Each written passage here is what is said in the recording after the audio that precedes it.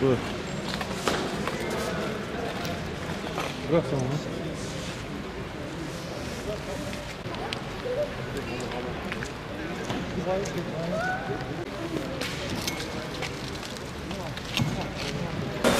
Milletine sevdalı bir devletin gücüdür. Allah'ım yapımında sona doğru gelinen devletimizin desteğiyle konutlarımızı, işyerlerimizi, binalarımızı planlandığı zamanda yapıp teslim etmeyi nasip eyle. Allah'ım yapılacak camilerimizi de saygıdeğer Cumhurbaşkanımızın işaretiyle devlet, millet, el birliğiyle, hayırseverlerimizin destekleriyle yapmayı nasip eyle.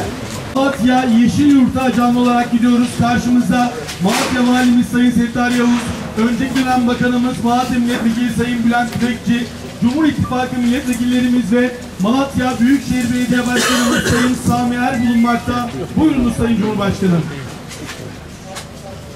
Evet Settar Bey, anahtarı görelim. Sayın Cumhurbaşkanım, Malatya'dan saygılarımızı arz Evet. ediyoruz. Sayın Cumhurbaşkanım, Saygılarımızı arz ediyoruz. saygılarımızı arz ediyoruz efendim. Bekleriz efendim. Sağ ol, Şükranlarımızı arz ediyoruz. teşekkür ediyorum. efendim. Şu anda anahtarı hak sahibi olan hanım kardeşime ve eşine teslim ediyoruz.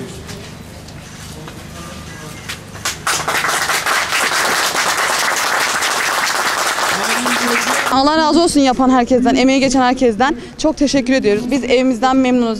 Rabbim bundan sonra çıkacak işlere yani bir önce çıkmasını nasip etsin. Dediğim gibi biz memnunuz. Allah yapandan da ya razı olsun. Bu şekilde. Biz 3 senedir bekliyoruz.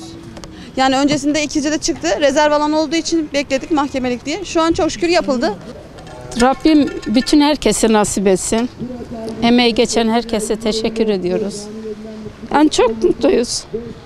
Evini nasıl gördünüz mü? Evi gördük vallahi çok güzel. Sıcacık, tertemiz. Rabbim herkese nasip etsin. Bizim burada hak sahipliğimiz vardı. Evimiz çıktı. Allah herkese nasip etsin.